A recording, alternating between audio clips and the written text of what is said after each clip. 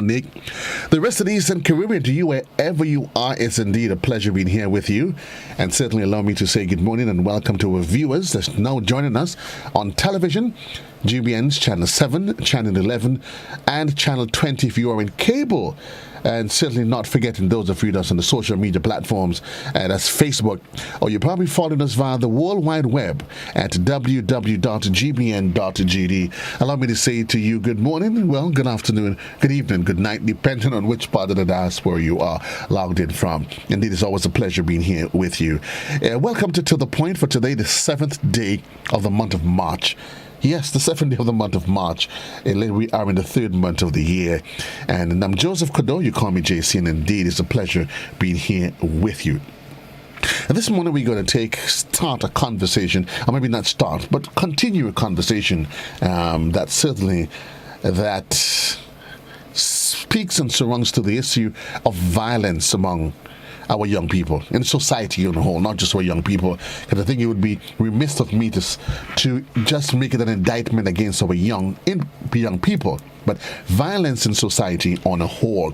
And joining me this morning to start that conversation is Pastor Gerry Douglas. He's from the parish of St. Andrews, and he is the former principal of the Grenada Christian Academy School. He's current manager of the said school. And in case you're wondering what qualifies him to speak on the subject, he works in the prison and the juvenile center, and he's a counselor and motivational speaker. Good morning to you, Pastor Gerry. How are you? Why am I saying Pastor Gerry? I normally just say Pastor Douglas. Why am I complicating this? How are you, Pastor? Pastor Gerry this morning is perfect. Good morning. I'm fine. So Joseph, I want to say, JC, good morning to you and to all of your listeners. And in all platforms all across the diaspora, good morning and God bless you. It's a joy to be with you today. Thank you and God bless you, Pastor. I hope you had a restful weekend, did you? Weekends are tough for pastors, lots to do, but I do get my little rest in between. Let me start the conversation right off the cuff, Pastor, and then we're going to jump into it. Do you get a sense, would you agree or disagree, that we have an issue of violence in our society? Is that an observation absolutely. That you would agree with? Yes, because we know what's going on domestically. We know what's happening in the social fabric of life, and we are looking at what's going on in schools as well. And I'm kind of wondering if, there's such tension in the political culture of the world that people are deciding maybe this is a time to be riled up and to stand up and to fight out and all of that. So yes, there is a sense of increased tension, violence, and anger being played out in our society.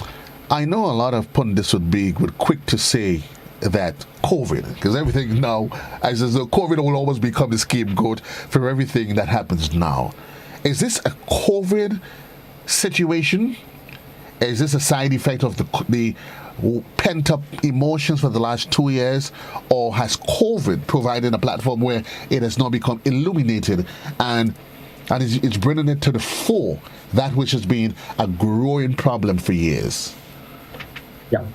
Maybe it's bringing it to the fore, but COVID could have a certain percentage, be a certain percentage of the problem. And I'll tell you why. We kept hearing a lot of social distancing. What we are now realizing is that the social distancing also created emotional distancing. So now people are almost like walking back into an emotional minefield. And we are seeing it, and I'll give you some figures in a while, and what's happening in the domestic front on marriage and stuff like that. But all of a sudden, because people weren't able to be out there. Okay, Joseph, let me give you an example. Think of all the years when all the sports were going on.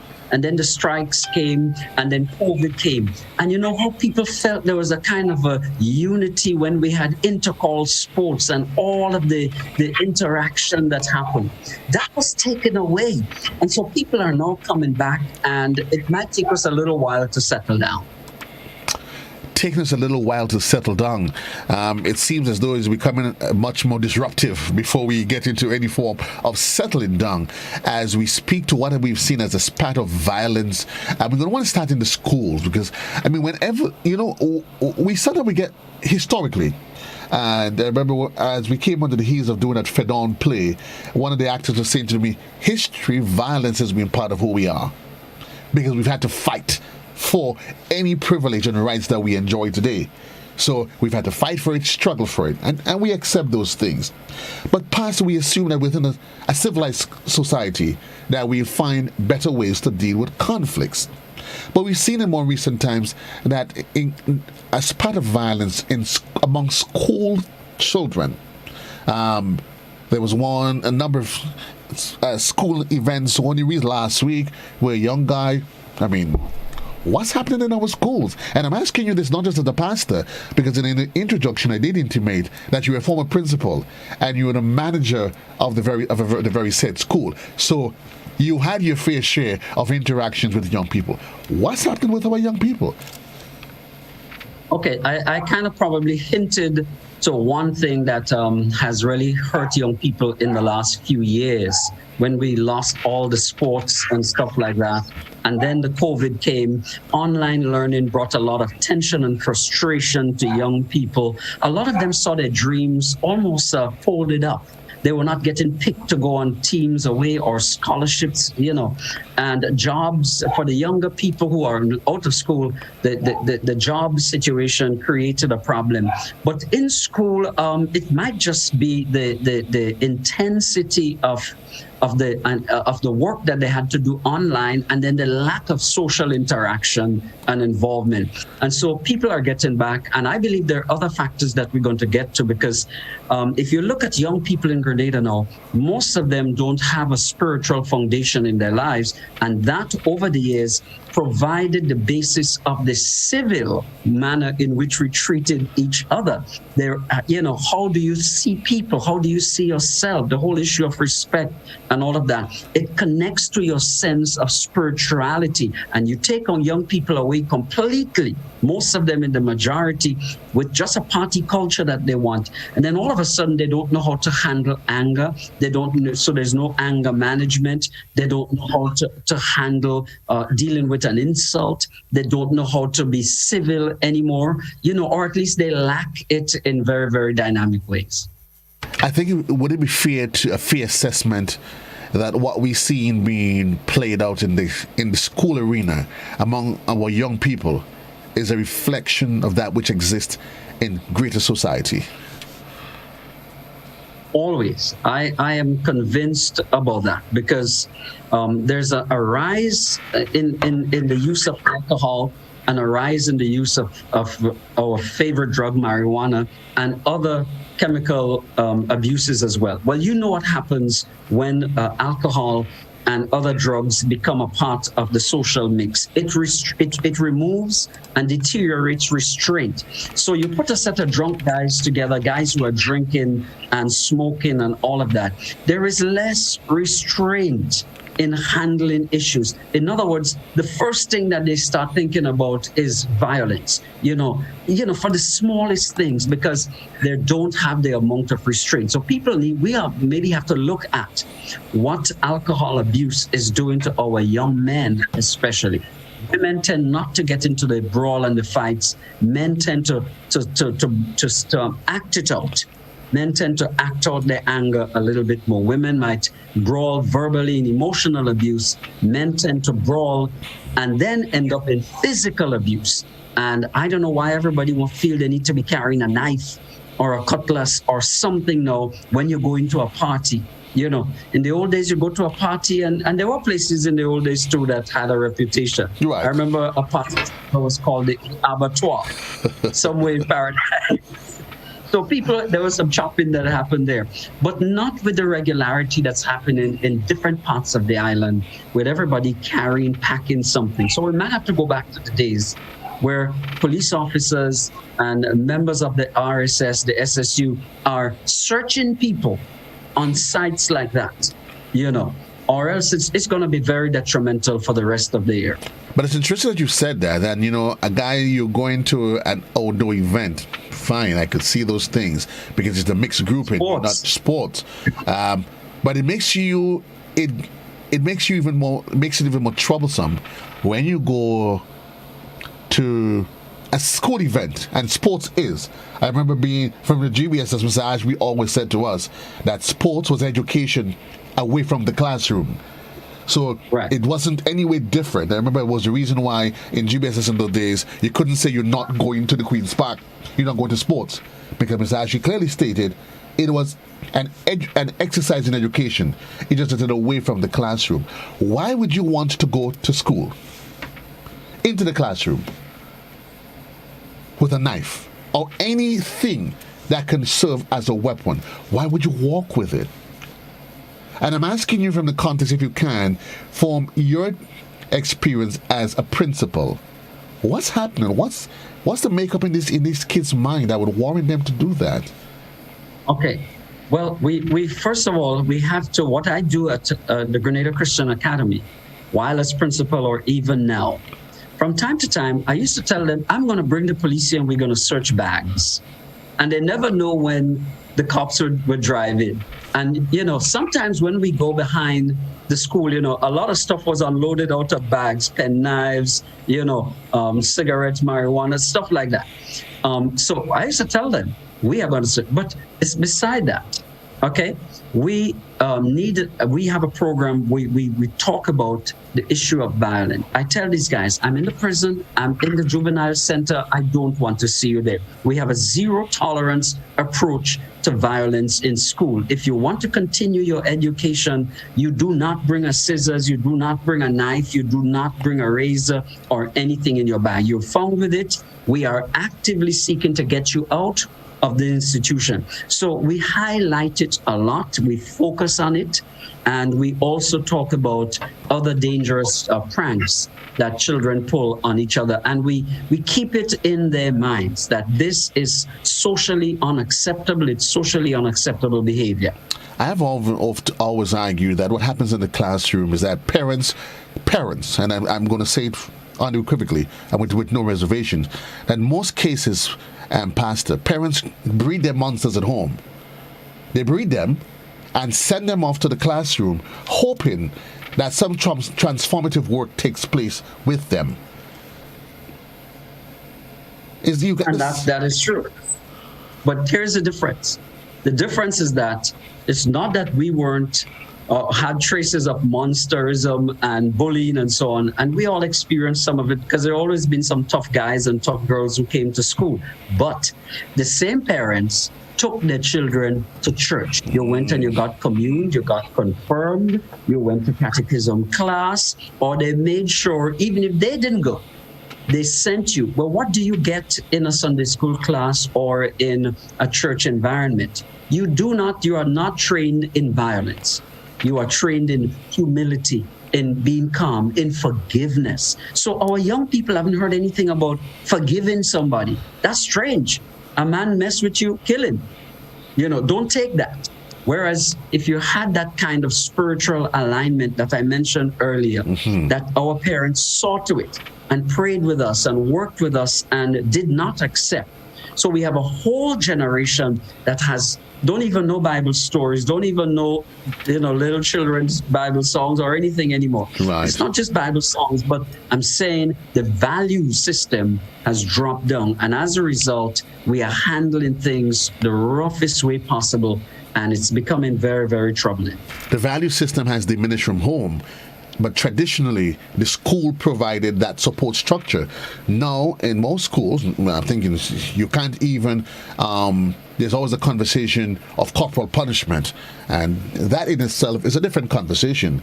But would you agree that, I remember when I was at school, the teachers at whose feet I sat at to learn, they were grown adults. They were mothers, fathers who had their own children, who understood and they were experienced in life. And now you find the teaching community, fraternities, much, much younger. It is 21-year-olds trying to teach, yeah. And when I say teach, I'm not just talking academically, 15 and 16-year-olds. How much of a factor has that been, though, in adding insult to what is already a bad situation? Right. And so that is a fact. But I am not railing on our young people because, boy, we so need them. This is a young generation. Right. Probably 70 to 80% of our population is below 25 now. What does that tell you about life? So we have to understand and live with that. But of course, it just might have been that there was more experience in classrooms and in relationship with young people in the past. Right. The young people today everybody's are tech people, some of them even have crushes on their teacher. They're almost same age. It's happening, and so maybe the young teachers don't have the experience to coach. Right. And to, so they can give a lot of academics and they're great at it. Definitely. But maybe they don't have life coaching skills, which means out of the Ministry of Education, we have to reinstitute or institute serious life value courses to help young people in every school. It is a need. And I know we have counselors in every school now. Thank God for that. We have counselors, but the counselors, by the time the counselors get to deal with it, it's already a problem. So we need not only counseling, but we need life skill values, handling life values for young people. The family pastor, Keith Douglas, there was a period when we grew up with the extended family. That has, in the last generation, has almost totally vanished. In most cases, it is probably, I think in greater percentages, there is the single family, single parents families. And in other cases, you may find other format of the family structure that remains. But in most cases, predominantly, it is single parent households that's been run. So the family provided that sort of support. But more and more, and I think you said you had some stats where you're seeing that erosion, that elimination of that structure that provided that sense of stability, that sense of ownership to an individual. That is also under threat, isn't it? Yes. Well, most of our homes for a while now are matriarchal. That means they're mother-run and run. And so I'm thanking God for the strong, good mothers that stuck around. Amen. And raised up. George Brizan wrote about it. Thank God for these women that did not give up, when men bailed. Well, what happens is that we have now seen something that is clear. Where there's not a man in the home and children do not grow with a male figure that helps to bring discipline, helps to bring restraint, helps to teach. Nothing wrong with the mother, but God intended it for the mother to be helped by a man. The women are carrying too much. They have to carry the burden of work, the burden of parenting. When they're tired from work, they have to go to a PTA meeting. It's just too crazy. But when there is a man there, we discover something amazing. Where there is let's start with no man. Joseph, this is what the stats show. 50% of children are more likely to get involved in drug and alcohol. 50 to 60% of children without a father, grow without a father, are more likely to get involved in a gang or in gang violence.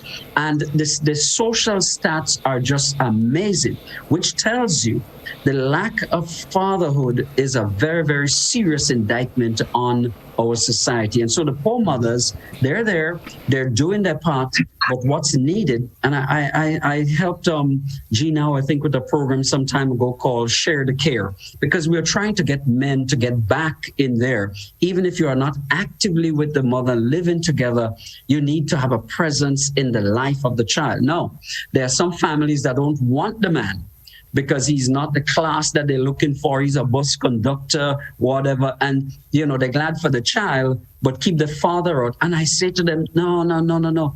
Let that child grow with a sense of their father, of fatherhood, because father is able to inject certain principles, certain things that bring social and emotional and psychological stability to children. So fathers, I want to speak to those who are listening. You need to be involved in the life of your child. You need to support the child's mother. And in fact, another issue, Joseph, and let me jump on it quickly, is not just single parenting homes, but blended families now.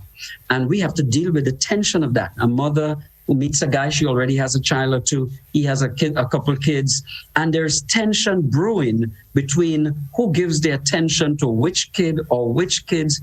And I'm actually, I've been working with a couple that broke up over that issue. Well, my children, we need to do that for them. And the other one said, no, I think it's happening now. It is happening. And so the blended family thing, it's causing some friction. The single mothering thing, it's overbearing on these poor mothers. And I feel for them, especially the teenage, the young, very young girls, it's really hard. So that is having a problem. And then lastly, many of these mothers are not able to give the guidance to their children because they are overwhelmed with the economics and with the social and emotional pressure that they're facing. Wow.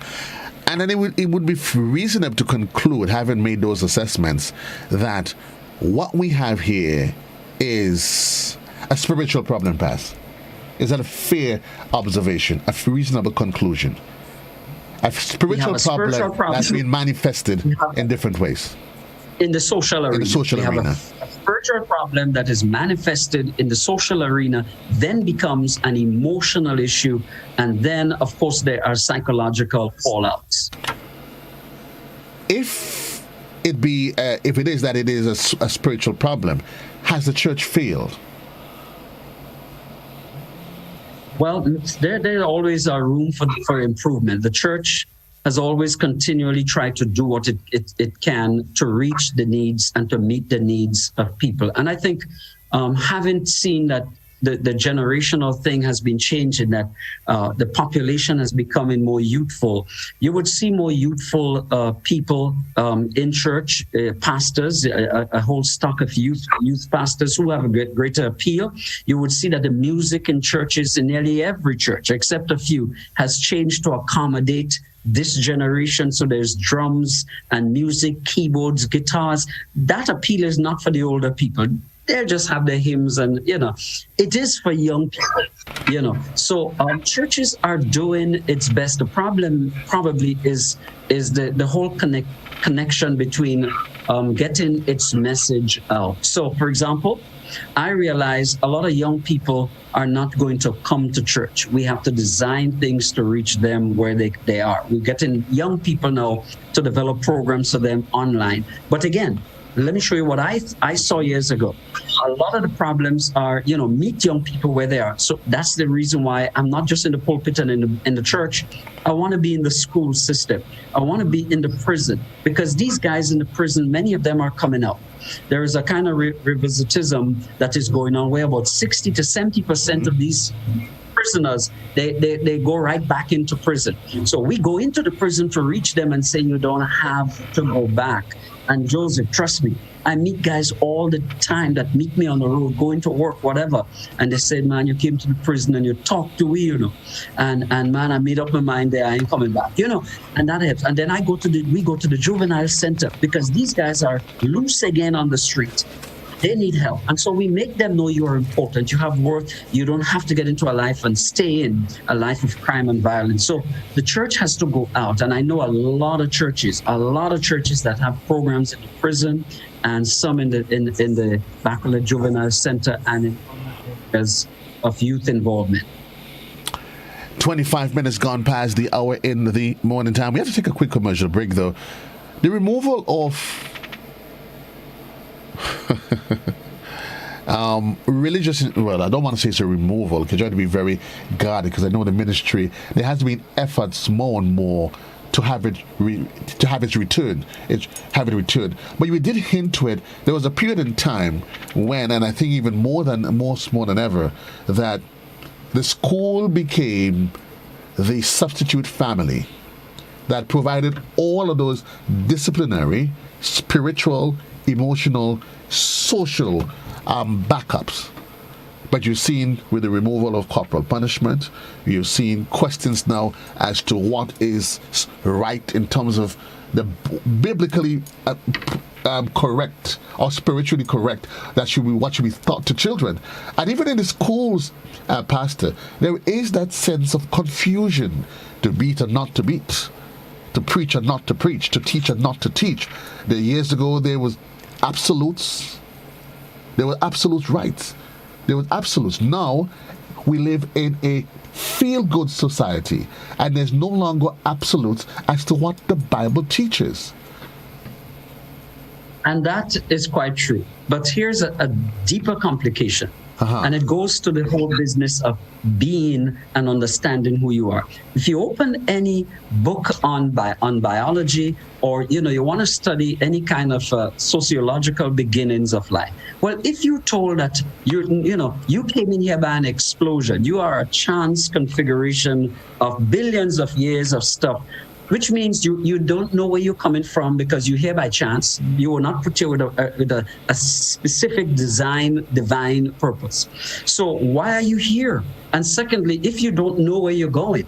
And so this whole Darwinism and atheism seeping back into the system makes you dislocated as a person. In other words, there is no real meaning to my life because I just came in. Therefore, maybe you have to decide what's your life, who you are.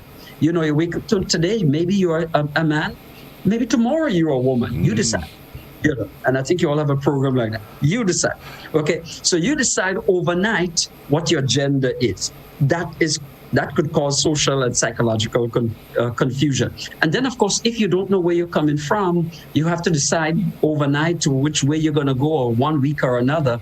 There is a certain amount of emotional and psychological confusion happening in the minds, not to mention if you don't know where you are going, then why are you here? And not having a sense of purpose is a dangerous thing. Late Miles Monroe said it this way. He said, where purpose is not understood, abuse is inevitable. If you don't know the purpose of it, you're going to abuse it. So if you look at a woman and you don't cherish and appreciate and admire her and know her purpose, what is likely to happen? Abuse. You see a guy out there and he said something you don't like, you tell him about his mother, you don't appreciate and value him as a human being who has a life to live, who himself has a mother. Then where purpose is not appreciated, abuse is inevitable. Abuse is inevitable. It's played out in the home, outside the home, throughout different facets of our society. 29 minutes gone past the hour. We take a quick commercial break. My guest this morning, pastor, counselor, everything in one, former principal, still is an educator, Pastor Gerry Keynes Douglas. Take a quick commercial break. We'll be right back on To The Point. And at that point, we'll open up the lines. The number on the inside, 435-2041. And we continue to check some of the comments that's been posted on our Facebook page. Join GBN on Wednesday nights at 8 p.m. for Interesting Grenadians, a program that showcases the lives of interesting and outstanding Grenadians at home and abroad. It's Interesting Grenadians every Wednesday night at 8 p.m. on GBN. Don't you miss it.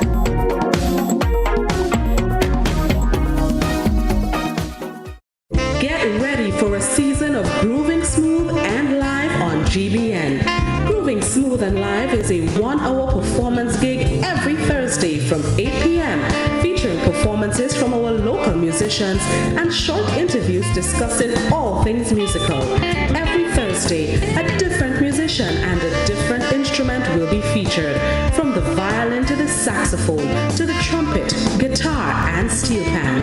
Our local musicians playing, improvising, and educating us on all genres of music. Join GBN with host musicians Matthias and Shireen and a special guest every Thursday at 8 p.m. It's Grooving Smooth and Live on GBN. Join GBN Television and K105 FM on March 22nd and 29th from 8 p.m. for the Antillean Life Health Forum, a new focus on health, a collective approach, made possible by Antillean Life Insurance, Spice Isle Imaging Center, Gittins Healthcare, Grenada Planned Parenthood Association, Grenada Paper Products, Hubbard's Motor Department, 7 Seas, and the Grenville Credit Union.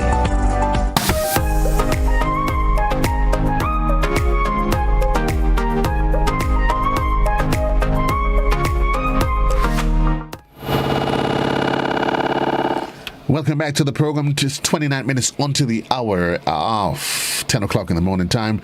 My guest this morning, Pastor Keynes Douglas. And this morning we're looking at putting under the microscope the issue of violence. Violence that translates itself among our young people in the home. And Pastor, for those who just joined in the program, we agreed quite early that we have we live in a violent society. And we have agreed that what we've seen among our young people in the school setting is just a reflection of what exists and translates itself in greater society. Correct? Yes, we agreed on that. We agreed on that. Also, I mean, we need to pay attention to what's happening globally. I wouldn't stay there long because I know we're very localized. But you see, in the last couple of months, 4 regimes have fallen in Africa. You see a war that has the potential to have nuclear overtones happening in Europe, and so you're kind of wondering what is going on, so it's there's a tension in the air, and you just almost wonder if this thing is seeping down. But I hope it's politically it's gonna abate, right. But we really need to address the violence that's growing among our young people, especially our young men, and the abuse against women in our society. We have a caller on the line. Good morning, caller. You are live. Yeah, good morning. Good morning to the pastor. Good morning to you, Kuru. Yes, good morning. Yes. Okay. Before I start, GBN has raised issues from Godfrey program go right back. They raised issue, but they only touch the tip of the issue and not no continuous of the issue, the problems. We had one where they had David Mohammed talking about Black history and Farrakhan and whatever it is. They run in the morning and then you didn't hear it. Our people out here searching for information. We're searching for truth. Because over the years, what is happening now is nothing new. The only thing, the difference now, we don't have the community love as before because the community was the family. Now people become selfish because everybody have a television in the room. The system with all these set of different groups that popping up in the country with this woman rights thing take the man away from the home. So therefore the boy child have nobody to really emulate as a father anymore. You go to the church is disappointing you also because it's about money. It's not about empowering you. They speak it, but it's not happening. Because if the church was working, the community would have been better. The church before, the priest, the pastor was on the street and on the block, motivating. He watch a young man. He look like he have potential. He pull him aside. He talk to him. The older man in the village, he point him, go and check Mr. So-and-so, I send you. Go there and go and learn a trade. Somebody will call and say, young man, come. You want to learn to be a carpenter? This is how we used to live. But what people is doing now, they want to work here and don't pay you. Food is the next thing. A human being supposed to have to consume about 50 pounds of food a week. We're consuming 50 pounds of flour. And just now you might be able to buy flour because of what's going on in Ukraine and Russia right now. But the point is, we need nutrients. Look at the amount of young person in the mental home. Again, you should ask the question why. The pastor mentioned a while ago about marijuana and alcohol. But I would like to know, did he do a survey and find how much man that smoke marijuana and go to the prison for commit a crime after they smoke marijuana compared to the man who take alcohol, which is they could get a license and a man could sell it. And he could go home and beat his family, kill the animals, kill dog everybody, and get up next morning and say, but a man is smoking weed and he just don't quiet. But he in prison because the system put him there because they say marijuana is a dangerous drug. But how much person smoking marijuana and end up in the prison for harming somebody after they smoke marijuana? And if he cannot deal with these issues and be truthful out there, what happening out of these young men? I'm sorry to know that, but it will continue happening.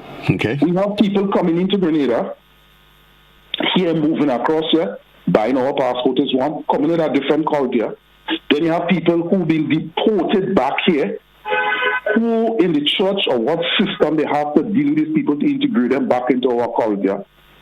The next thing you have a young man, a woman brought 2 children in the world. The girl child is being taken care of and being protected. There's over 400 and something man up in the prison up there. It is telling you something is not right. Go to mental health, look at the streets. So let me ask you, and I went past to the comment. You've highlighted a number of issues, and we don't want to get into the argument as to the drug element. We just saying on the surface that is increasing the use of drug in society. That's not an argument. What can you, because you seem as though you're quite knowledgeable, what can you recommend and add to the conversation in 1 minute that could be a lifesaver? How do we rescue our young people? What can you suggest? Basically, and I will say, and I'll show back the question presently right now, we're in an election mode. And I believe right now, the opposition and the government should come together and call a town hall meeting in Grenada and decide the way forward. And look at the country, what's going through the country now. Look at the finance problem of the country. Look at agriculture. Look at the growth, what is happening around with us. Okay. Look at it, dissect it, put it together. We need to get the older men to step up and be leaders in the communities as before. We need to look at we need to look at the ladies. You understand? Okay. You understand? Okay. And if we can deal with that, we need to get people lost trust in the church. The churches, the pastors has bring the step down to a level because people turn the television off or turn the radio off. They don't want to listen. Okay. So we need to get back to these kind of and get people together. Okay, thank you, sir. To work with the interests of Grenada. Appreciate it. Really appreciate your comments. Thank you. Pastor Keynes Douglas, your thoughts? Yeah. I appreciate what the brother shared. Just want to make it known that we still have a pandemic. It's not over yet. So just to say, get older men out there or older people out there, younger people have a 90-something% chance of overcoming COVID. Not with people 60 and over. It becomes a little bit more tricky. So we can't really go down that road. Secondly, you mentioned the political parties coming together. Well, when you have an election in the air and things are squaring up, nobody wants to start coming together. People are becoming more adversarial because now they're looking to out-strategy the other side. They're looking to outwit the other side. So a coming together might not be exactly that because the Prime Minister probably owns, his portfolio is young people, and he's up against a much younger person. So I don't see a coming together there. But I do see better programs in schools that address that. I do see the church taking a more active role. He mentioned that out there. And churches is not always about raising money. It takes money to run a church, to go on Zoom, to get on television, to get my message out. Just to keep the building running takes money. When I go to the prison or when we go to the juvenile center in Bacolet or when we do programs around, we're not being paid for that. Companies don't pay us to go. This is pro bono work, Joseph. This is what we do in schools. I don't get paid as a school manager. That's pro bono work. So we're going to schools, we're doing motivational things, we're doing the best we could with what we have in a pandemic that is we're emerging out of. 435, we seem to have lost the call of 435-2041. Let's go back to the telephone lines. Classic, good morning, caller, you're alive. Yes, Joseph, I want to say, the last gentleman who spoke, talk about people coming together and what. So Joseph, to solve the problem that we are facing in Grenada and in other parts of the world is not just talking about God, but that people are truly converted and getting to know God. We have to be converted, we have to be transformed. A lot of those people are possessed by demonic forces. And the Catholic bishop, in speaking about the gruesome murder we had some time ago, mentioned exorcism. But he didn't come up with it because what is exorcism? That means a lot of these people are influenced by demonic spirits.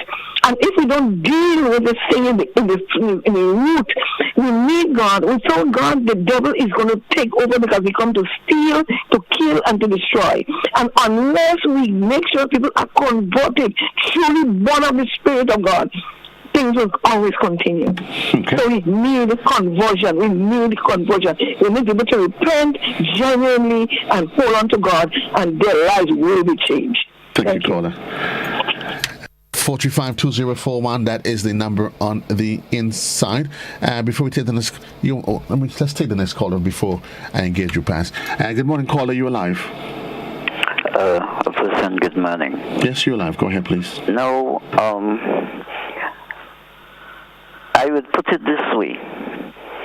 Standards before, that is in my time, and standards now have changed. For example, in my time coming up, there was prayers at home regardless of what religion you are in or belong to. There was prayer at home both morning and evening. You had to show respect to the neighbor, and particularly your elders. You go along and you say good morning, so good morning, miss, as the case may be. In my day, again, you did something wrong, you belonging to this school or that school, people made sure that they went in and they can point you out to the principal. So good morning, on my way and tongue, this particular boy, he's from your school, has done this, that, the other. You would get a good flogging. Your parents know that you misbehave, you get a flogging as well. And a host of other things I could go on to recall. And one other thing again that is contributing to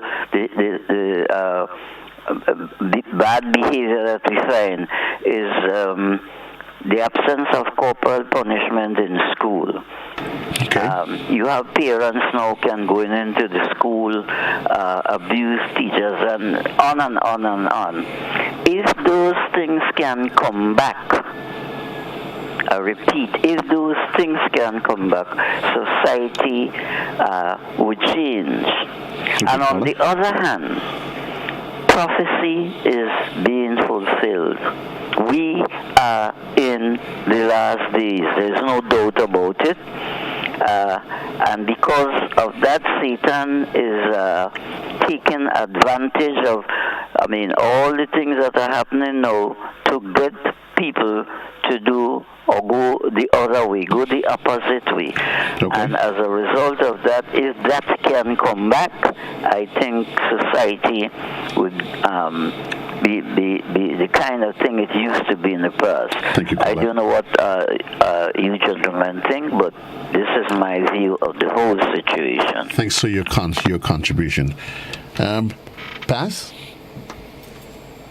Well, Professor Errol Miller of the University of the West Indies wrote extensively and went around the world and the region talking about the marginalization of men in the Caribbean and actually in the world, especially in the last 2 or 3 decades. While women were empowering themselves and growing up and really learning, men were falling back academically. And so probably the truth in the region right now is that 80% of graduates from tertiary institution, 8 out of 10, Joseph, are women.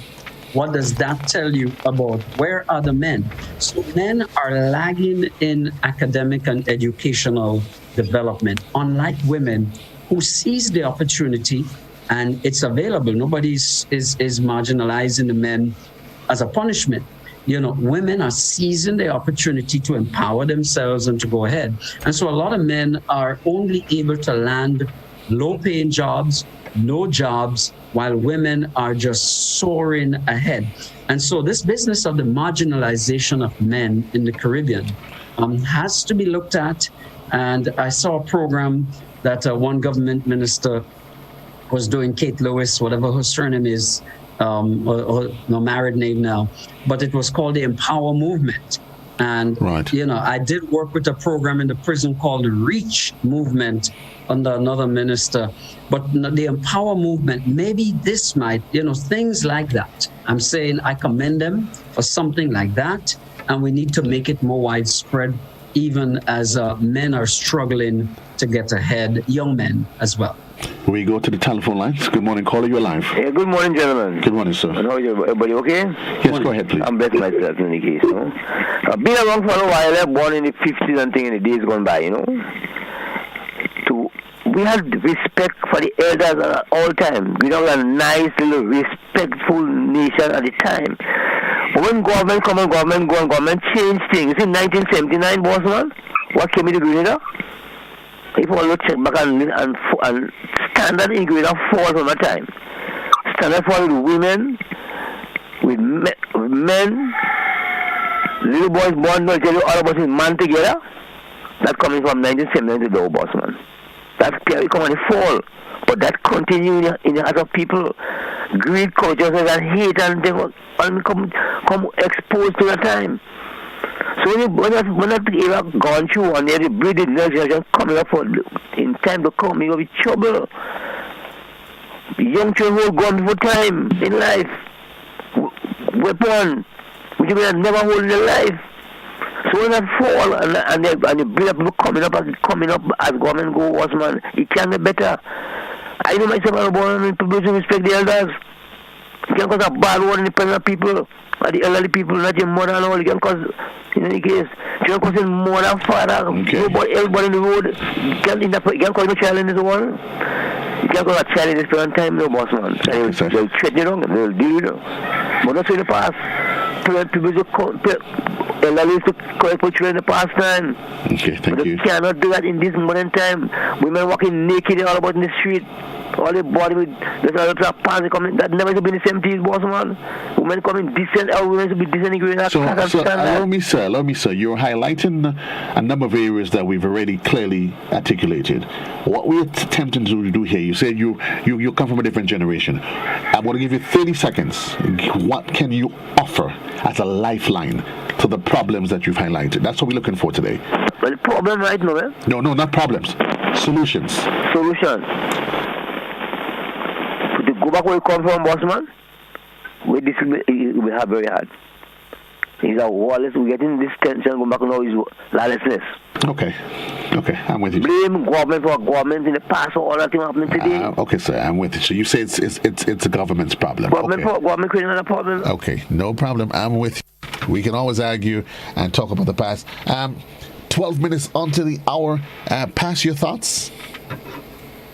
Yeah, it's never just one. You can't localize a problem like that because remember, people come from their homes, they go to schools. There's a cultural issue about who a man is, what a man is.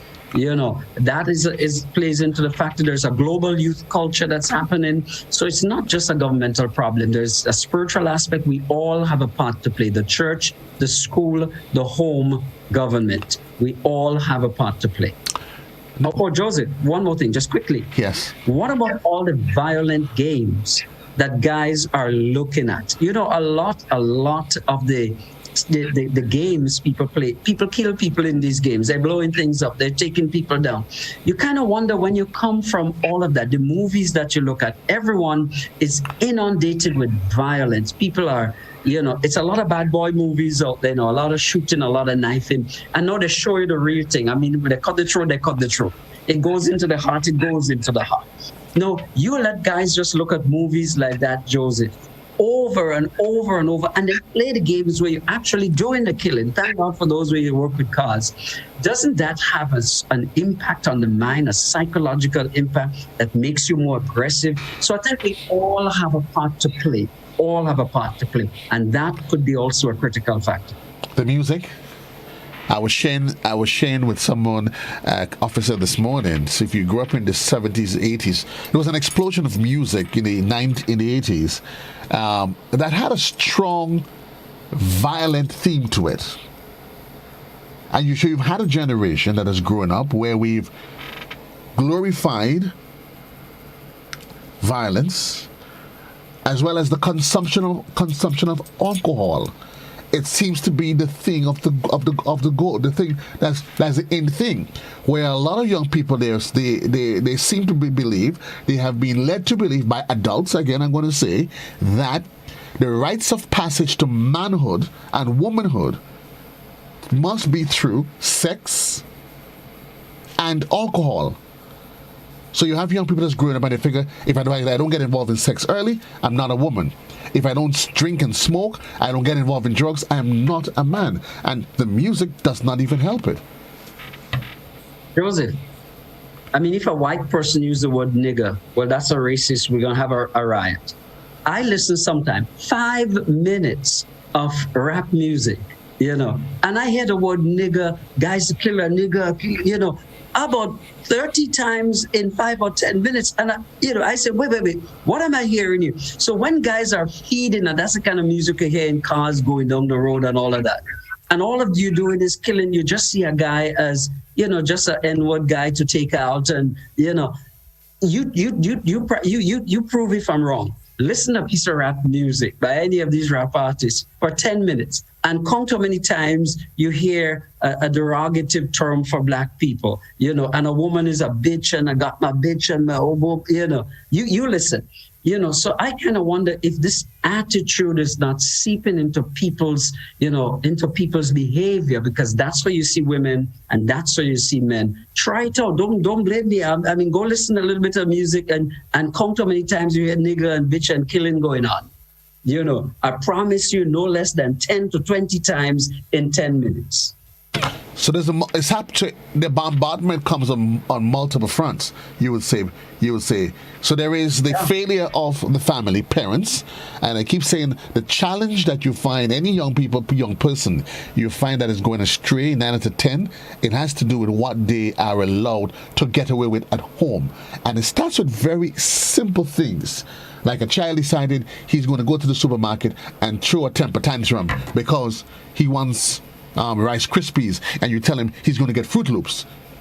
And he grows up taking what he wants, and by the time he gets to 10, 11, you can't talk to him because he decides it's Rice Krispies I want. I'm not going to eat that. And parents figure, well, as my child, I love him. I can't do anything to help him. To stop him, that is. And so the lack of training, the lack of proper the emotional and psychological development at that age can have its impact later on. So what we are agreeing on, Joseph, is that it's a multiplicity of factors that has to be dealt with, and we all have a part to play. We're going to take this final caller, and then we're going to just summarize. And good morning, caller, you're live. And good morning, caller, you're live. Good morning. Yes, good morning, sir. Your contribution quickly, please. Yes, I'll be quick. Everybody have their own opinion, but the Word of God is what we left aside in the true context of it.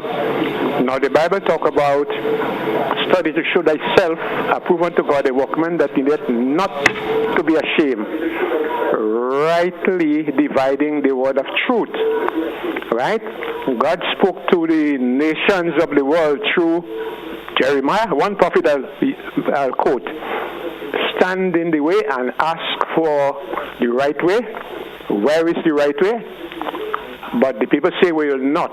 Say you're going to find rest for your soul by standing in the right way in the order of God. But the people said no, so then trouble start. Then in Jeremiah, the 25th chapter and verse 15, God got fed up. He called all nations of the world this time. All nations, not one particular nation, all. He said to Jeremiah, take this wine cup of this fury at my hand and cause all nations to drink. And they shall drink and be mad. The nation of the world mad. Look at what's going on in Ukraine right now. Okay. It's just killing people deliberately. A nation who wants to rule as though them is over God's power and glory. But God is coming. Fulfillment of Scripture is right at the door. But more than that, Jesus is right there calling man to him to repent. But again, we have a problem because we are not paying attention to the word. So the whole world including our small island. The wine cup is moving everywhere. Man drinking it, and they becoming mad. The nation of the world mad. Thank you, sir. Thank you. All the best to you. Pastor Keys Douglas, your thoughts? Well, I understand what the gentleman is saying. We are living in prophetic times. And let me just give you a short passage that sums up what our times could be, the social fabric. It says, in the latter days, terrible or perilous times shall come. People will be lovers of themselves, lovers of money, boastful, proud, abusive, disobedient to parents, ungrateful, unholy, without love, unforgiving, slanderous, without self-control, brutal, not lovers of that which is good, treacherous, rash, conceited, lovers of pleasure rather than lovers of God. And they have a form of godliness, but they deny the power thereof. So I think when the gentleman said, there's a prophetic element and we're living in a time like that, it does show that in time to come, which I probably think is where we are now, there is going to be a social breakdown in the fabric of society. And here's the reason why. Love. Not lovers of God, but lovers of pleasure, lovers of money, lovers of self. So if you're in love with self, money, and pleasure more than people and loving God, you will be rude, rash, arrogant, and very dangerous to be around. And so that is part and the heart of the problem. People need to turn back to God and to love one another, as Jesus said, love God and love your neighbor as you love yourself. Pastor Keys Douglas, I think we've summarized it quite nicely. You do unto others as you like them to do unto you. The golden rule. Love is the answer. There's always and continues to be the answer. Wherever there's an absence of love, hatred, animosity, anger becomes the predominating feel and vibe that you get. Parents, we all have a responsibility to ensure that we inculcate in our children the right values. Sometimes it's difficult, and do not ever make the excuse that you're a single parent. I am a product, and I always say, I came from a single parent family, and do not be fooled. Single parents out there, do what you can. You make no excuse about it. Continue to make the sacrifices. Men, stand up, play your part. Play your part. Be there for your children. And I say to men every day that your responsibility to your child or children has nothing to do with your relationship with the woman. It is your God-given responsibility. Be there for your child and children. It's difficult times that we live in, but we need to find some measure of spirituality to deal with it. It's a multiplicity of problems. We need to find a multi-pronged approach. The church, non-governmental groups, the school, and we ourselves digging deep and asking ourselves a question: where to from here? How long should this persist? Thank you. It's always a pleasure being here with you on To The Point. Tomorrow, the good Lord is willing, we'll be having somebody from the National Democratic Congress. They'll be under the microscope as we continue to discuss matters of national interest. Stay locked to the Classic in the Morning Time, Classic 105.5, 105.9, and Classic in the Morning Time. Until then, JC loves you. Have yourself a great one, Grenada.